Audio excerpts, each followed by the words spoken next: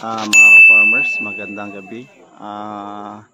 Ito na pala yung final ng aking ginagawang bahay kubo.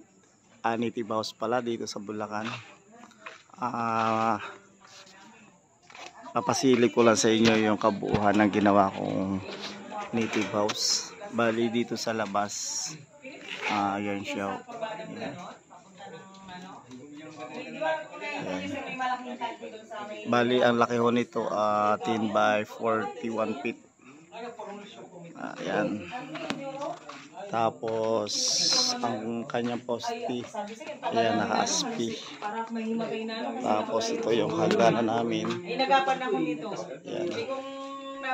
Nabutan nito, tama din. Yan, hagdanan may Kaso ito ang laki na pompa. Charyo. Yan. Yan, naka-aspi ho yung hagdanan. Tapos bali yung sahig ko nakabinil. Yan, nakabinil. Ito yung kanya, kahit na kanyang hagdanan naka-aspi din. Yan ang kanyang kabuuan ng kanyang terrace. Tapos may dalawang ilaw na malalaki dito sa terrace na to. Bali may tatlong saksakan pala yan. Tapos may tatlong switch din. Ito pinilihan na ng lamesa ng may-ari. Lagay-lagay lang kanina. Kasi ngayong gabi na to turn over na kami.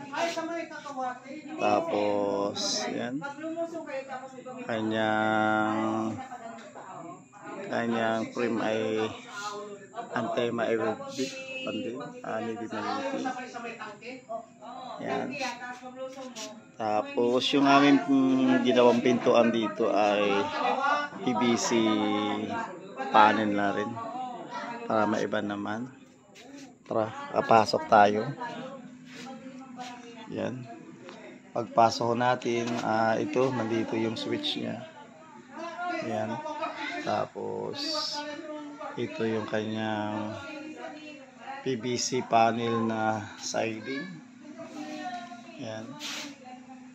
Nakabinil din ho. Nakabinil. Tapos yan ang itsura ng kanyang kisame. Yan. May cove light. May buwan pa para masalangit. Yan.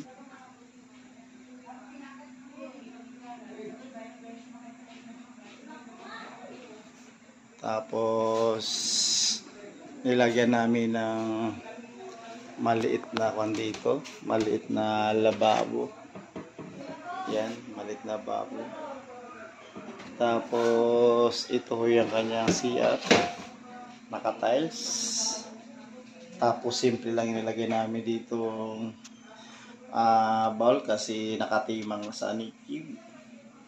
Tapos PVC panel din ang kanyang double walling niya. Pero yung amakan nito ay ang labas pala nito ay amakan. Yan.